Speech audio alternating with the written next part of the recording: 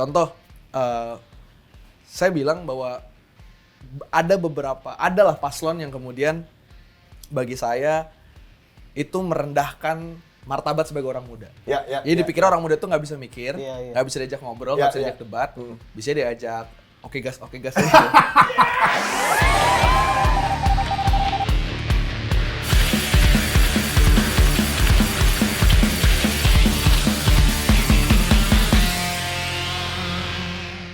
Halo, balik lagi sama kita di Waduh, sampai kaget yang di belakang. Kita semangat banget. Terlalu bersemangat. Iya dong. kurang semangat sih kalau karena kita kan anak muda, harusnya Betul. bisa lebih semangat lagi. Ulang lagi apa? Nggak usah. Nggak usah. Udah, Oke. Udah, gempar nanti. Ya, lagi-lagi kita bersama anak muda untuk membahas perihal anak muda lagi. Banyak masalah kayaknya anak muda. Banyak. Jadi memang nggak ada habisnya sebenarnya. Capek jadi anak Kita muda. harus request jam tambahan kalau gitu. Enggak. Mudah Pak produser bisa. Oh, enggak ya udah. pakai- Ya, kita kedatangan lagi Mas Iyang. Wah, Ya. selamat datang Mas Selamat Iyang. Selamat datang, Selamat Mas. datang, Mas. Halo Mas. Dari TPN. Panggilannya Mas Iyang Iya, Iyang boleh. atau sayang? Mbak. Oh, udah disiapin. Ya kan supaya lebih akrab. Udah disiapin. Oh gitu ya, biar nggak ribet ya. Supaya iya Iya, kan. udah Gimana sayang? disiapin, Cuk. Jadi Mas Iyang ini beliau adalah jubir Jubir TPN TPN, Banjarmasin. ya. Betul. Wah, keren banget. Masih muda. Udah masih muda kan. Makanya kan kayak sayang Oh, potensinya. Oh, kesana. Ya. Kalau nggak dimanfaatin Bu, ya, langsung itu. aja. Oh iya. Ini Gak bisa. Boleh, boleh, Agak boleh. grogi kalau Iya. deket cowok tuh aku tuh.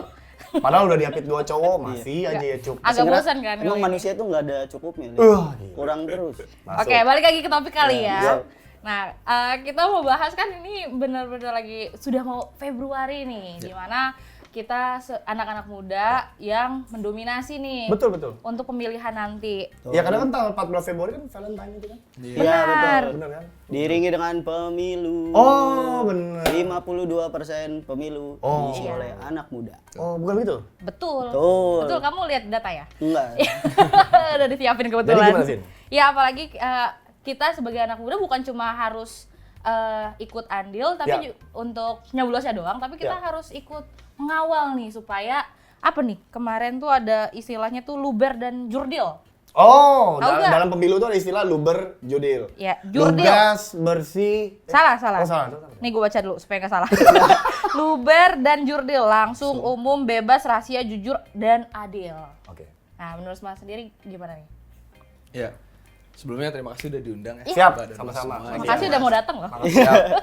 Itu kebetulan kalau dari saya pribadi emang Gen Z beneran. Oke. Umurnya baru 23 tahun. Wow. Di TPN juga Fix, panggilan mungkin sayang. top 3 jubir paling muda kali ya. Wow. Sama iya Seno sih. umur 22, aku Iya, 23, betul. ada lagi yang 24 gitu. Nah, jadi pemilu bener tadi diisi dengan banyaknya orang-orang muda gitu Oke. ya. Makanya dan saat Valentine pula makanya kita sebutnya pemilu gitu ya. Oh, gitu.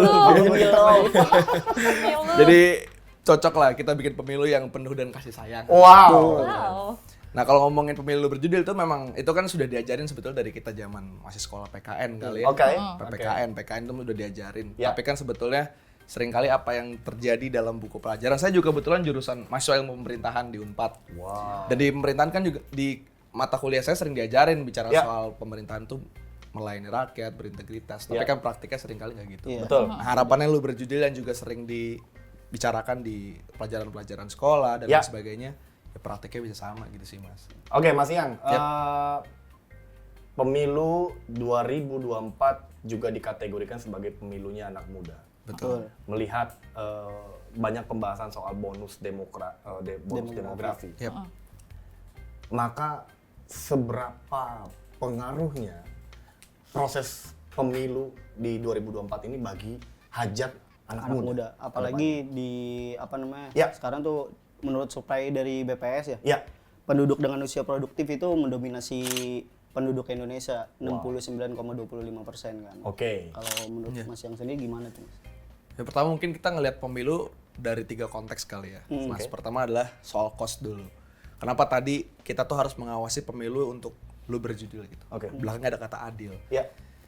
Pertama alasannya cost. Ini mungkin bisa cek di berita. Ya. Dulu tahun 2023 Sri Mulyani sebagai Kementerian Keuangan pernah mengatakan bahwa pemilu itu habis 70 triliun lebih. Waduh. Itu angka yang besar gitu. Angka yang kalau misalnya yang nggak pernah kita lihat lah. Betul. Uangnya tuh seberapa nggak tahu. Iya, betul. Angka yang kalau beli cilok tuh bisa banjir. Jadi berapa gerobak? Aduh, Gitu. bisa Penuh tuh, satu gua tuh. kelurahan ditraktir. Makanya dengan kos sebesar itu seharusnya, dan fine-fine aja sebetulnya untuk pesta demokrasi sebesar itu. Tapi kan timbal baliknya juga sebesar untuk publik. Oh iya gitu. dong. Iya. Yang kedua, tadi kalau ngomongin soal bonus demografi, betul. Sebetulnya pertanyaan apakah kalau misalnya nggak ada pemilu, kemudian bonus demografi itu jadi tidak ada? Sebenarnya nggak juga. Nggak. Tapi pemilu itu kami butuhkan, kita semua butuhkan. Karena proses regenerasi yang harus terjadi. Oke. Sebab bahasanya kan gini ya Mas Mbak, kalau misalnya hari ini kita punya kepemimpinan, dan kepemimpinan itu tidak tahu kapan diregenerasi, seperti Soeharto dulu misalnya, maka kepemimpinan itu tidak akan pernah punya evaluasi. Dia akan nyaman aja di zona nyaman sendiri. Pembangunan dulu Soeharto kan pembangunan, tapi nggak pernah tahu arahnya kemana. Nah maka sebetulnya apa yang dilakukan oleh Jokowi sekarang banyak yang baik, harus dilanjutkan dan diperbaiki gitu. Oke. Jadi harus dilanjutkan tapi ada yang diperbaiki gitu. Nah makanya pemilu kali ini kami harapkan terpilihlah pemimpin baru yang memang nanti bisa menerima evaluasi kami sebagai orang-orang muda. Isu lingkungan, pekerjaan, lapangan pekerjaan, isu kesehatan, demokrasi, korupsi gitu. Jadi pemilu itu jadi penting untuk ajang kita memberikan evaluasi. Karena sederhana gini, kalau nggak lagi pemilu itu pemimpin emang mau dengar kita ngomong apa? Pasti dikacangin. Dikacangin Tuh. sih. Boro-boro diketok itu rumah ya. Wah, udah. Makanya pemilu ini satu-satunya jadi ajang untuk kita ngevaluasi, dan kalau bisa ya kita memang harus nuntut capres caleg itu berjanji supaya kalau menang bisa kita tagih gitu. Iya sih. Sebetulnya gitu. Kalau ngomongin bonus demografi, jadi kaitan dengan pemilu adalah bagaimana kita hari ini punya satu wadah untuk ngasih tuntutan dan evaluasi yang sulit terjadi kalau nggak lagi pemilu. Karena mereka pasti akan sibuk dengan kegiatan masing-masing, para pemimpin-pemimpin publik kita ini gitu sih, Mas. Harus direkam juga ketika dia berjanji Harus direkam. Iya, Tapi biar ada janji bukti, yang pas ada direkam bukti juga digital. Iya Tetep beda, aja. tetap Iya kan? aja beda. Nah kalau gue nambahin dikit Iya, ya, boleh. melihat proses kampanye yang sudah mulai berjalan, Mas Iyang merasa ada fenomena pendidikan politik kita ini diisi oleh fenomena-fenomena yang kurang oke, kalau dari pandangan saya pribadi sih kurang mendidik nih jadinya nih, dengan ala-ala gimmick yang Terlalu banyak lah. terlalu banyak gitu, too much kalau menurut gua gitu. Kira-kira itu bisa berpengaruh juga nggak tuh gimmick-gimmick seperti itu akhirnya mengesampingkan asas berdemokrasi yang sesungguhnya gitu, pesta demokrasi yang sesungguhnya, karena tadi pembahasannya juga bonus demografi. Kalau pendidikan politik diisi dengan gimmick-gimmick, gimana Mas? Ya, saya sampaikan di salah satu stasiun televisi Ya. gitu ya.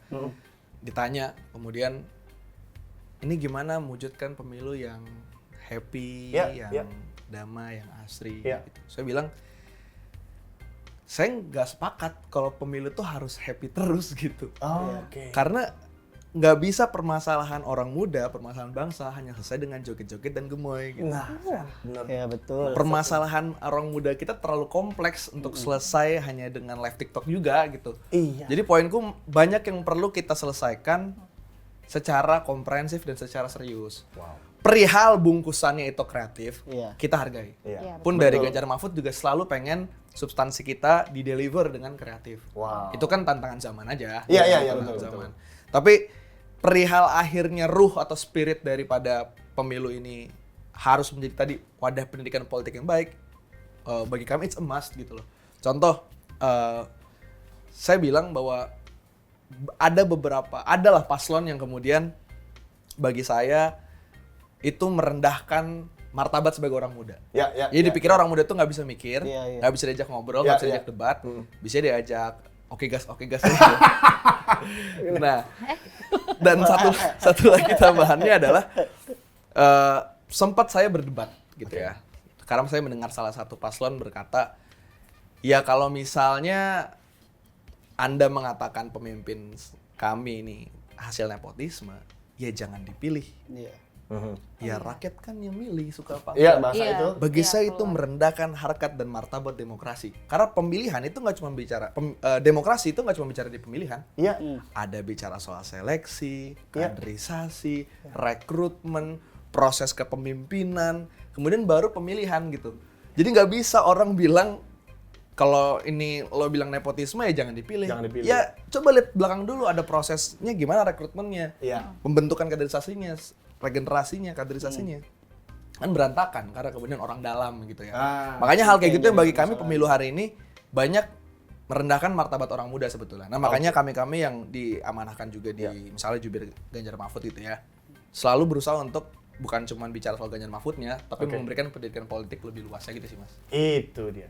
Ya, itu juga sempat pernah kita bahas juga kan. Maksudnya memang politik itu sebenarnya seseru itu buat dibahas. Betul. Tapi bukan jadi hal yang untuk disepelekan. Iya, jangan jadi remeh gitu. Iya, jatuhnya kalau misalnya kelihatannya kayak gitu kan kesannya kita menggampangkan politik, padahal kita tuh ngomongin mereka-mereka orang itu yang ngomongin ya kita-kita berapa ratus jiwa gitu loh. Iyalah, itu penting banget. Memang ini kan ngomongin kepentingan dan kesejahteraan anak muda yang dipertaruhkan di pemilu nanti. Ya, betul. Tapi kebijakan apa sih yang mewakili aspirasi anak muda? Apalagi kalau misalnya dilihat dari surveinya CSIS itu kan memang anak muda tuh akan lebih fokus sama isu-isu yang menyangkut pribadi. Oh, pasti dong. Paling penting itu lapangan kerja lah, karena kan itu. kita Kesejahteraan. ya kesehatan, karena ya itu kan pada budak korporat semua. Iya. Nggak usah di-mention juga kali. Ya, gue juga suka. Oh iya benar. Gimana tuh, Mas? Ya sebenarnya kalau saya pribadi melihat dari berbagai survei yang ada pun kami juga internal melakukan survei dan sebagainya. Sebetulnya payung besar daripada isunya orang muda kami menyebutnya adalah keadilan antar generasi. Wow. Jadi ada satu teori mengatakan keadilan antar generasi. Apa itu? Yaitu bicara soal bagaimana kelakuan, tindakan, kebijakan yang dilakukan oleh generasi tua hari ini. Itu yang akan suatu hari kena dampaknya bukan mereka, tapi kami generasi muda gitu. Kita generasi muda. Betul. Contohnya mereka hari ini ngeruk industri ekstraktif dengan ugal-ugalan, gitu ya, dengan korupsi pula, dengan izin yang tidak legal pula, gitu ya. Betul. Mereka hari ini nikmati keuangannya, Ya. tapi ketika 20 tahun lagi Indonesia tenggelam, mereka udah nggak ada. Udah dipanggil gitu. Iya. Kita yang Bisa tenggelam. jadi. Kita yang lagi berenang. Iya sih, betul. Makanya sebetulnya payung besar isunya orang muda adalah keadilan antar generasi. Perihal akhirnya dalamnya apa aja, mungkin kalau saya bisa nyebut pertama ada misalnya lapangan pekerjaan. Dan itu wajar banget jadi nomor satu. Karena namanya manusia kan pertama dia akan peduli protes sendiri dulu. Betul. Dan ini isu yang bukan hanya terjadi di Indonesia gitu. Kalau misalnya kita melihat pemilu Amerika Serikat, Donald Trump kan dulu menang juga bawa isunya lapangan pekerjaan. Oh iya benar. Di Inggris juga sama, di Jerman juga sama. Jadi sebetulnya lapangan pekerjaan tuh jadi satu hal yang bahasanya safety space-nya yang paling pertama bagi umat manusia sebetulnya karena mereka butuh makan. Nah tapi 2, 3, 4, 5, 6-nya ada beberapa isu yang bagiku ini juga menyangkut soal bangsa kok gitu. Misalnya lingkungan, bicara soal climate change gitu ya. Sekarang kita udah bukan global warming tapi global boiling gitu misalnya. Kita bicara soal korupsi, kita bicara soal kesehatan, kita juga bicara soal hal-hal lain misalnya bicara soal pembangunan infrastruktur, agraria dan lain sebagainya. Gitu sih, jadi mungkin itu isu-isu yang lekat dengan kami Mbak orang muda. Yang sebetulnya kami itu jatuhnya sekarang juga ikut peduli sama bukan hanya pribadi tapi bahkan sama planet gitu. Lebih jauhnya sama planet. Iyalah, pasti global warming selalu dieluh-eluhkan gitu kan. Betul. Apalagi yang masalah yang polusi itu anak muda kan semua langsung ngeblast rame-rame tuh. Iya, cuma gini, masalahnya gue sedikit ada pertanyaan juga gitu kan. Pada saat ada salah satu cawapres kan, karena kan ini menyinggung soal pekerjaan, lapangan pekerjaan gitu kan. Nah, pertanyaan ada anak muda nanya kan ke si salah satu cawapres nih, dia bilang, ini apa strategi bagi kami yang kesulitan mendapatkan pekerjaan karena faktor orang dalam? Nah, kan dijawabnya, jadi dari pengusaha aja. Iya, mantap. Jadi agak bertolak. Sangat menginspirasi. Langsung kan tiba-tiba pengen buka Gimana, usaha. Gak, kalau menurut gue kan mungkin orang yang nanya kan butuh lapangan pekerjaan atau butuh pekerjaan kan untuk mengumpulkan uang kan atau modal kan. Gimana dia bisa bikin usaha sementara dia aja nggak ada modal. Sementara modal ini didapetin dari hasil dia kerja. Nah, betul. Gue nggak ngejawab sih solusinya. Kayak apple to apple. Masalahnya kan dia ditanya adalah strategi. Strategi untuk mengatasi tadi ada praktek-praktek orang dalam. Ya wajar aja kalau si cawapres itu nggak bisa jawab. Kan dia sendiri juga praktek dari orang dalam, nggak masalah. Nggak, mungkin, Emang iya, Lin? mungkin itu kali salah. Dia nanyanya kurang lengkap, harusnya dari bawah. Itu loh, kurang dari bawahnya. Karena dia udah di tengah kayak gitu. Gimana maksudnya? Fenomena ini buat saya aja pribadi cukup mengkhawatirkan karena dianggap role model, Mas. Ya. gitu. Gimana Mas kira-kira? Ya sebetulnya ini ya mungkin karena saya saya pernah bilang di internal TPN juga kalau saya tipe orang yang nabrak-nabrak ya. Mungkin karena ex ketua BEM jadinya. Jadi saya aktif ada nggak jiwa normatif. pengemudi. Orang nggak normatif. salam pergerakan gitu. Di salah satu platform medsos X Oke. gitu ya, Twitter atau X, itu Ya. tuh lagi rame tagar hashtag asal bukan Prabowo. Ya, betul. Itu lagi rame. Iya. hashtag Lagi rame betul. tagar itu. Kemudian kenapa tagar itu muncul? Sebetulnya tagar itu muncul itu bagi saya ini lahir dari kesadaran banyak orang. Oke. Kesadaran banyak orang tentang lo boleh memilih siapapun pemimpinnya. Itu mah hak kita bareng-bareng. Tapi ayo sama-samain frekuensi. Jangan pilih pemimpin yang nepotisme. Jangan pilih pemimpin yang ngobrak-ngabrik konstitusi. Betul. Gitu. Jadi sebetulnya statementnya Mas Gibran waktu itu bagi saya sih memang itu betul ya. Menggampangkan permasalahan orang gitu. Iya, itu. Mas. Dan ya sedangkan misalnya kalau di Ganjar Mahfud sendiri ya, Oke. coba saya masukin satu, dia punya 8 misi. Ya. Kita sebutnya 8 gerak cepat. Gitu. 8 ya. Dan ngomongin lapangan pekerjaan, terus ekonomi kreatif tuh bahkan udah ada 3 misi sendiri gitu. 1, terus nomor 2 dan nomor 5 gitu. Jadi memang kalau misalnya kita memilih pemimpin publik, Mbak yang waktu itu nanya Mas Gibran kan lagi memilih pemimpin publik. Betul. Ya harapannya kan dijawabnya bukan dengan motivasi ya, atau bukan dengan solusi kayak gitu. Iya. Tapi dengan kelak kalau saya terpilih, kebijakan apa yang ada. Iya benar. Misalnya kalau dari Mas Ganjar sendiri, dia di Jateng tuh bikin namanya Heterospace. Iya. Oke. Itu satu platform ekonomi kreatif. Saya pernah datang di Semarang, itu hubnya. Oke. Jadi memang itu kayak co-creative space, tapi di sana ada mentorship buat bisnis, ada business plan competition, ada di pemodalan bagi yang rajin ikut mentorship dapat pemodalan. Bahkan ntar dikasih tempat gratis buat bazar-bazar, buat jualan dan segala macam. Dan itu kalau terpilih akan menjadi program senasional. Kan sekarang baru di Jateng. Ini yang tadi. Tapi poinnya adalah sebetulnya itu dong challenge pemimpin. Kalau jadi pemimpin publik di challenge sama publik, ya jawabannya harus dengan policy gitu. Nggak bisa jawabannya dengan jadi pengusaha aja. Toh dia juga jualan martabak nggak profit gitu. Iya. Dia juga. Tapi cabang di mana-mana. Iya. Beda dong Kak, bukan jual martabak, jual nama. Ya, aduh. Iya gitu. Masih adakan sinar bulan. Yang ngomong-ngomong soal tadi yang lu bilang dia dijadikan role model, memang ya kemarin tuh kayak banyak juga sebenarnya ada juga yang naik tuh di TikTok itu yang gue lihat itu kayak dia nggak bisa jadi role model juga karena anak muda itu dikenal dengan penuh inovasi, penuh ide-ide kreatif, tapi kemarin kalau dilihat debatnya itu sebenarnya plek-ketiplek gitu, sama. Mana inovasi-inovasi anak muda gitu. Tapi mengatasnamakan anak muda. Makanya sebenarnya saya sampaikan gini sebenarnya ini agak keras ya. Nggak apa-apa. Tapi saya sampaikan kemarin saya sempat tag-tagkan di Instagram sama teman-teman yang memang dukung 02 ya. Saya bilang saya menghargai teman-teman 02, bagi teman-teman 02 gitu ya. Yang bilang ke saya dia mendukung Prabowo Gibran alasannya karena nyari duit atau profesional, saya hargai, nggak apa-apa, semua orang punya duit.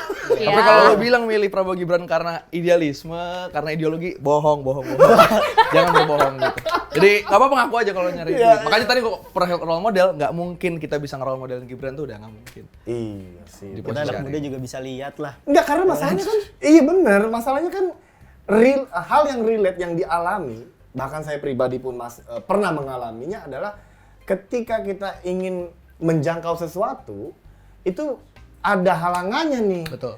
Faktor dalam lah ya kan, faktor kedekatan si A, si B, si C gitu. Betul. Itu hal yang relate Mas gitu. Makanya saya menganggap kayaknya emang dia bukan role model, bukan representasi. Nah sebetulnya ini juga Mas, kenapa akhirnya pilihan saya itu jatuh kepada Ganjar Mahfud ya. Sebetulnya ada satu keyword yang ini paling layak salah satunya disematkan kepada paslon 3 adalah kalimat merintis. Kata merintis dan kalimat bukan darah biru. Iya. Jadi kemarin juga Ainun Najib gitu di Twitter dia sempat nge-tweet, kenapa ya Ganjar Mahfud itu tim sesnya nggak ngepopulerin kata-kata merintis karena mereka salah satunya lahir dari bawah. Kalau kita lihat 01 gitu ya, dengan segala hormat misalnya Mas Anies itu kan juga cucu dari seseorang, pahlawan bangsa juga gitu ya. Betul. Kalau Gus Imin jelas lagi dia keponakan dari Gus Dur misalnya. Betul. Prabowo Gibran nggak usah ditanya gitu. Akhirnya cuma Ganjar Mahfud yang memang dia bukan anak siapa-siapa gitu. Lahir dari rakyat, dari rahim rakyat, yang satu bahkan jadi mahasiswa itu dengan berbagai bantuan bidik misi, bantuan beasiswa gitu ya. Dari awal dia ikut aktivis GMNI, PDI, dan PDI-nya bukan PDI zaman berkuasa ya, PDI lagi ditekan Orde Baru gitu. Sampai akhirnya terpilih jadi anggota DPR, di situ dia juga bahkan mendorong, dia waktu itu jadi ketua pansus undang-undang parpol. Dia mendorong sekarang keterwakilan 30% perempuan di parlemen. Itu Mas Ganjar gitu. Sampai jadi gubernur 2 periode, dan kalau hari ini Mas Ganjar itu tidak lekat dengan kata merintis, dia pasti kalah sama Puan untuk jadi capres. Tapi toh membuktikan PDI memilih bukan anaknya Mega, tapi Ganjar. Prof Mahfud nggak ditanya, akademisi, rektor, menteri pertahanan sipil pertama, ketua MK, DPR, Menko Polhukam, dan sekarang cawapres tanpa berpartai pula bahkan. Jadi maksudnya kalau ngomongin role model, bagi saya role model adalah orang yang memang merintis dari nol sampai kemudian sekarang. Karena saya juga bukan anak siapa-siapa, jadi bagi saya memilih orang yang kalau terpilih, kelak akan mewujudkan merit system itu sendiri gitu. Wow. Gitu sebetulnya. Lebih dekat dengan rakyat. Betul. Relate lah jadinya kalau bahasa sekarang. Iya, benar. Relate tuh kalau misalnya pertanyaan-pertanyaan kayak gitu ditanyakan orang bawah, ya sama orang yang ngerti lah ibarat. Iya dong. Kalau yang merasakan juga. Ibarat lu cerita lo nggak makan seharian sama orang yang kaya yang makan aja di McD gitu buat sarapan. Itu nggak relate, gimana rasanya susah gitu loh. Kayak jadi keingetan lagi sama yang pertanyaan sama salah satu anak dari konglomerat gitu kan, ditanya apa, saya memulai usaha dari nol. Dari nol. Dari nol siapa nih? Iya. Nol bapak. Kalau rugi dia bisa buka lagi, ada modal lagi. Gak usah pinjol-pinjol. Iya, gak usah pinjol-pinjol. Bener. Ya. Tadi juga sempat dibahas tentang korupsi, Ya, ya betul. kan? Korupsi juga jadi salah satu isu yang oke lah, anak muda ini aware juga karena ya anak muda tuh ya gimana kita ngusahain sesuatu saat hak itu diambil tuh kan kayaknya langsung Ya, kan? betul. Apalagi korupsi di Indonesia ini kan banyak banget gitu kasusnya. Bansos dipendem lah, segala macem. Semuanya Nggak tepat sasaran. dikorupsiin, iya. Nah, menurut Mas? Nah kalau korupsi betul itu jadi satu top 5 isu juga yang orang muda tuh pengen itu dibawa oleh calon pemimpin kita gitu. Betul. Karena korupsi ini kalau ngomongin angka ya Mas Mbak gitu. Kalau nggak salah Indonesia itu peringkat 110 dari 180. Iya. Jadi indeks kita tuh jeblok banget. 34%. Bahkan dulu kan saya turun nih di demonstrasi namanya reformasi di korupsi. Kita menolak undang-undang KPK. Yang kemudian sekarang menghasilkan Firly Bahuri yang tersangkakan gitu, di penjara gitu. Jadi poinnya adalah dulu kita udah ngingetin kalau misalnya memang KPK jangan diginiin. Lihat hasilnya sekarang gitu. Nah, yang saya cukup senang adalah ketika dua hal. Pertama, Ganjar Mahfud itu ternyata berkomitmen kalau misalnya terpilih dia akan merevisi UU KPK. Wow. Jadi ini satu angin segar buat kami yang dulu berdarah-darah turun ke jalan. Betul. Gitu ya. Lagi-lagi hanya bisa terjadi kalau ada pemilu gitu kan.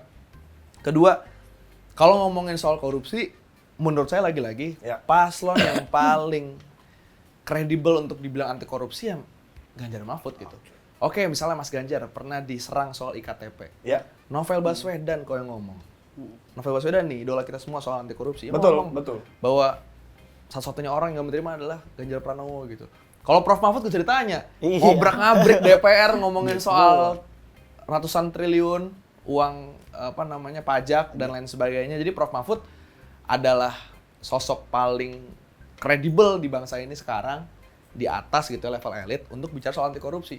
Dan kita sedang dipaketkan duit tunggal orang yang memang track record anti korupsi bersih gitu. Bahkan Jawa Tengah dulu 2021-22 dapat penghargaan juga sebagai provinsi paling tidak korupsi. Betul.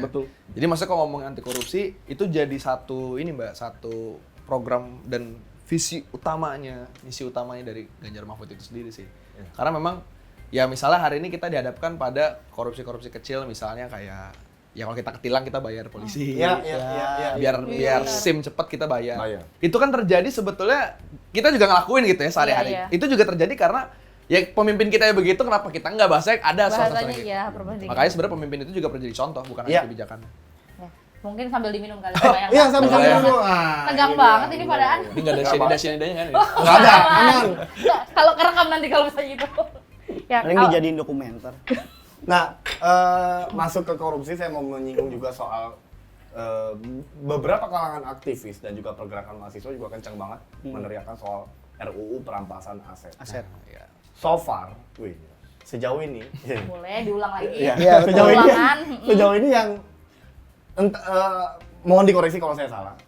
Sejauh ini yang saya dengar yang keluar dari bibirnya itu hanya Prof Mahfud soal RUU perampasan aset. Dan beliau gencar banget. Kebetulan kan beliau juga masih Menko Polhukam gitu kan. Dan komitmen beliau pun ke depannya akan gitu RUU perampasan aset. Menurut Mas Iyang gimana? Ya, pertama kalau perampasan aset itu juga kami sebagai masyarakat sipil kita semua pasti mendorong itu terjadi. Karena kapan lagi kita ngeliat koruptor itu bukan cuma di penjara, tapi diambil tuh rumah-rumah mobilnya gitu. Dimiskinkan. Nah, sebetulnya kalau kita mau ngelihat komparasi, di visi misinya 01 itu juga ada gitu, bab perihal pengesahan perampasan aset. Ya. Di 03 juga ada, 02 nggak ada. Ya. Gitu. Tapi kalau bicara soal, 01 ada, 03 ada, bedanya apa? Ya. Perbedaannya adalah rekam jejak. Betul. Prof Mahfud adalah tadi orang yang mengobrak-ngabrik DPR. Iya, betul. Bahkan saya pernah ditanya gitu, aduh sayang banget ini Prof Mahfud, orang sebagus ini kok jadi koalisi sama PDI. Ntar jadi petugas partai. Nah. Terus saya bilang, Anda ingat gak dulu di DPR, Prof Mahfud berhadapan sama siapa? Siapa yang teriak, ini Korea ini? Bambang Pacul. Iya, betul. Bambang Pacul kan PDIP. Betul. Dan Prof Mahfud tidak gentar. Bahkan sekarang rela berkoalisi bareng. Artinya, dari awal Prof Mahfud terpilih jadi cawapres, sebetulnya salah satu bargainingnya adalah Prof Mahfud mau jadi cawapresnya Ganjar, asal Prof Mahfud tidak menjadi ban serep. Wow. Tapi dia punya kekuasaan untuk menangani hukum juga salah satunya. Dan salah satu isu terbesar adalah perampasan aset. Jadi bahasanya dia bisa menaklukkan seluruh partai di DPR sebagai Menko loh. Menko itu nggak bisa bikin surat atau peraturan. Di mana menteri aja bisa bikin peraturan menteri gitu. Iya, permen itu ya. Permen, tapi Menko tuh nggak bisa. Oh. Tapi selevel Menko aja bisa ngobrak-ngabrik DPR, apalagi ntar jadi wapres. Makanya kita sangat menanti inovasi beliau kalau terpilih seperti apa menghadapi koruptor-koruptor tersebut. Wah, gitu sebetulnya. Jadi Menko Polhukam saja masih bisa gitu loh untuk memperjuangkan meskipun di hadapan dia adalah seorang Bambang Pacul gitu ya. Ketika dicawapreskan pun masih juga ini emang kelihatan jadi peluru betul. Bahasa Prof Mahfud kemarin kalau di konsolidasi nasional adalah mundur kawir gitu. Mahfud mau lewat. Mundur wir. Mahfud mau lewat. Gitu. Ya, ngomongin yang jadi concern anak muda lingkungan hidup ini karena memang korupsi sendiri kan mengaruh nih ke kita anak muda, apalagi kayak kemarin tuh ke korupsi di bidang SDA, dimana itu jadi penyebab kerusakan lingkungan nih. Pasti. Apalagi itu ngaruhnya tuh kayak jadi banjir kayak gitu-gitu kan. Yang kenapa di bisa Riau kayak juga. gitu sih? Maksudnya Di Riau itu yang bakaran itu ya. kesinambungan lah bahasanya. Ya. Pertama tadi balik lagi ini soal lingkungan tadi itu sebetulnya menjadi satu isu global gitu ya. Nah makanya kalau kaitannya sama Ganjar Mahfud, misalnya Ganjar Mahfud itu memang bagaimana visinya adalah melanjutkan apa yang dilakukan oleh Presiden Jokowi. Ya. Tapi kita akan memperbaiki hal-hal yang memang perlu diperbaiki. Kita paslon fair gitu ya. Ya. Salah satu hal yang harus diperbaiki adalah bagaimana pembangunan yang dilakukan oleh Presiden Jokowi itu hanya berfokus kepada sesuatu yang tangible-nya, which adalah betonnya, bajanya gitu ya. Tapi dia tidak memperhatikan hal yang intangible-nya. Apa intangible-nya? Polusi udara misalnya, kebanjiran misalnya, rusaknya ekosistem hutan di sana misalnya. Nah makanya Ganjar Mahfud itu berkomitmen kalau misalnya terpilih, ya kami akan memperhatikan pembangunan dengan keberlanjutan lingkungan hidup.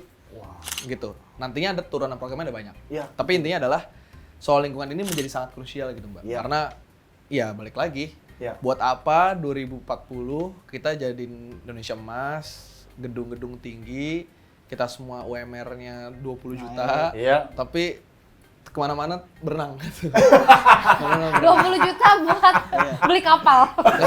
Oksigen aja beli. Karena udah jadi Atlantis gitu. Itu jangan sampai terjadi lah. Ya, berarti memang kalau ngomongin pemilu di tahun ini tuh ngaruh banget untuk anak muda dan ya lingkungan, apalagi kamu milenial juga kan. Iya sama. Jadi diajak nggak apa-apa. Ya berarti ini kita sebagai anak muda tuh harus ikut nih, perlu mengawal bahasanya. Iya, supaya, bukan cuma nyoblos doang ya. Betul. Karena masih banyak nih bahkan teman-teman gue masih mikir nggak tahu siapa gitu, nggak tahu mau pilih siapa. Ngerasa tuh apalagi banyak di TikTok juga kayak ini orang-orangnya tuh nggak pas aja gitu, harusnya kayak mereka tuh kayak kenapa nggak yang cawapres ini sama kayak gitu kayak nggak cocok satu sama lain, padahal ada loh yang cocok. Cuma masih mereka belum pada mau cari tahu kali ya. Betul. Mungkin ada pesan nih Mas untuk anak-anak muda di pemilu kali ini. Betul. Supaya lebih yakin sama pilihannya. Oke, sebetulnya untuk teman-teman generasi muda ya, baik Z, milenial gitu. Kita hari ini pemilu lebih daripada angka. Kalau ngomongin angka, dengan angka 55% plus voters kita adalah orang muda, sebagaimana perusahaan, harusnya kalau 50 plus 1 itu pemegang saham terbesar, ya kita bebas ngapa-ngapain untuk pemegang sahamnya. Betul. Sama, kita adalah pemegang saham terbesar Republik ini. Jadi secara angka itu menunjukkan bahwa kita nih pemilik saham Republik ini terbesar. Kedua, kalau menurut saya teman-teman, jangan golput. Betul. Karena golput itu memang hak. Betul. Tapi golput itu hanya dinikmati oleh mereka yang punya privilege, betul. Jadi bagi mereka yang middle class ke atas, memang golput itu nggak akan mempengaruhi hidup mereka. Betul. Perubahan kepemimpinan tuh nggak terlalu berlangsung rasanya kepada hidup mereka. Ya mereka tetap kerja di SCBD dan lain sebagainya. Iya sih, benar. Pakai lanyar. Tapi bagi kaum miskin kota, nelayan, petani, guru-guru honorer, anak-anak kecil yang di desa dan sekolahnya lewatin jembatan penuh sungai, perubahan kepemimpinan bisa sangat-sangat signifikan untuk mereka. Makanya itu pentingnya jangan golput teman-teman, karena ya jangan ignoran bahwa hidup tuh nggak cuma Jakarta doang, ada orang-orang lain yang butuh kehidupan dan butuh regenerasi kepemimpinan. Gitu. Betul. Gitu. Yang ketiga sebetulnya kalau di Inggris Mbak ada satu politisi yang bilang get angry and get involved. Jadi marahlah dan terlibatlah. Di setiap forum, misalnya saya diundang di kampus dan lain sebagainya, saya selalu ajak pertama adalah tepuk tangan buat teman-teman yang marah sama situasi politik hari ini. Mereka tepuk tangan. Saya bilang lagi tepuk tangan buat teman-teman yang mau terlibat di situasi politik hari ini. Tepuk tangannya nggak sebesar yang pertama. Artinya setiap orang marah. Dan makanya saya sangat menolak kalau ada politisi tua yang bilang, kan anak muda ini apatis. Oh enggak apatis. Kita tuh frustasi sama kelompok kalian semua. Kita capek, demo nggak pernah didengar, audiensi nggak pernah didengar, nge-tweet di penjara, bikin TikTok diintimidasi dan lain sebagainya. Kita tuh frustasi. Nah makanya nggak apa-apa, aku pengen ngajak teman-teman muda, generasi muda, kita marah nggak apa-apa, tapi marahlah dan terlibatlah. Terlibatlah itu nggak harus jadi tim ses. Lo bisa sekedar nge-tweet kritisi pemimpin publik, lo datang ke acara-acara capres yang mengkuliti mereka semua, lo ikut amati pemilu itu supaya nggak curang gimana, kalau ada kecurang laporkan. Itu hal-hal yang bisa kita lakukan untuk marah dan terlibat gitu. Ya itu mungkin generasi muda bisa di sana sih, pesan krusialnya. Gimana nggak frustasi? Gimana? Orang yang ngerusak inian orang tua, kita yang ngebenahin. Oh iya benar, gimana nggak frustasi kita? Gimana nggak frustasi orang yang dipertontonkan juga calon pemimpin yang bisanya cuma narik-narik jaket. Joget-joget. Akhirnya kebongkar ya. Oke, baiklah, terima kasih Mas Dian atas obrolannya yang luar biasa, berbobot banget dan terima kasih, Mas. Emang mewakili banget ya keresahan dan rasa frustasi anak muda itu. Emang penting banget proses kampanye dan pemilu nanti, ya kan? Makanya jangan sampai golput nih kalau bisa ya. Oke, terima kasih teman-teman sudah menyaksikan episode kali ini. Jangan lupa like, komen, dan subscribe. Sampai ketemu lagi sama kita di DE!